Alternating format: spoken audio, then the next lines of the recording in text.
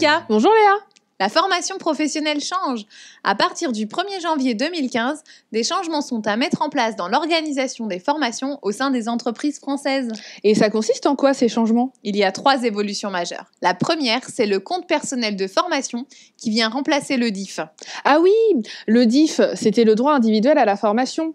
On obtenait un crédit de 20 heures cumulable jusqu'à 120 heures sur 6 ans. Exactement, et à compter de 2015, le compte personnel sera créé dès l'âge de 16 ans avec un crédit de 24 heures par an jusqu'à 120 heures, puis 12 heures, jusqu'à atteindre 150 heures sur 7 ans.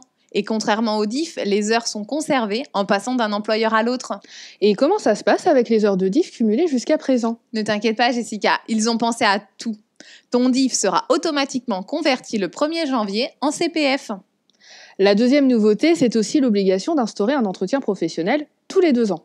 Mais je fais déjà le point annuellement avec mon employeur. C'est différent. L'entretien professionnel va plus loin. Il recense et analyse les besoins en formation afin de te rendre actrice de ton évolution professionnelle. Le changement sur ce point est de te former tout au long de ton parcours dans l'entreprise. Un autre point clé, le financement. Les obligations de financement au titre de la formation professionnelle seront désormais versées en une contribution unique. 0,55% de la masse salariale pour les entreprises de moins de 10 salariés et 1% pour les autres. C'est mieux, la réforme s'adapte à la taille des entreprises. Et quand ces changements auront-ils lieu? En 2015, les contributions ne seront pas modifiées puisqu'elles concernent l'année 2014. Ces changements seront applicables en 2016 pour l'ensemble des entreprises. La réforme nous oblige à porter un autre regard sur la formation. À bientôt Jessica. À bientôt.